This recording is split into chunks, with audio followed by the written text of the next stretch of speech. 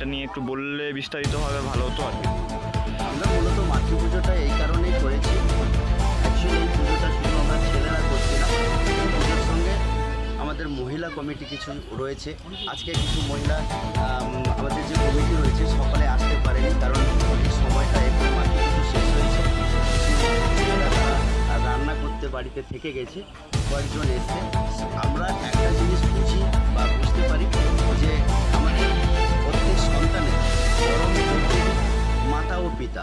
স্বাভাবিক কারণে আমরা মাতৃ পুজো, আমরা তো মাটির মাকে পুজো করে আসছি, প্রকৃত মাকে পুজো করি।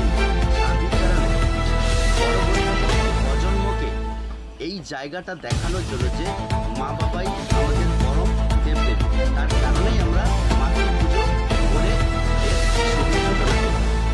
এই মাতৃ পুজো নিয়ে গোবিন্দপুর গ্রামবাসী তথা এই আগামী প্রজন্মের কাছে আপনারা কি বার্তা দেবেন?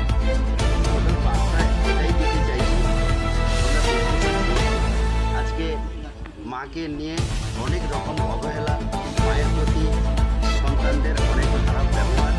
তার কারণেই আমরা এই মাতৃ পুজোর মাধ্যম দিয়ে সারা বিশ্বে যাতে করে মায়ের প্রতি ভালোবাসা, শ্রদ্ধা ও মা যে পূজনীয় সেটাকেই আমরা সারা বিশ্বের কাছে তুলে ধরতে চাইছি।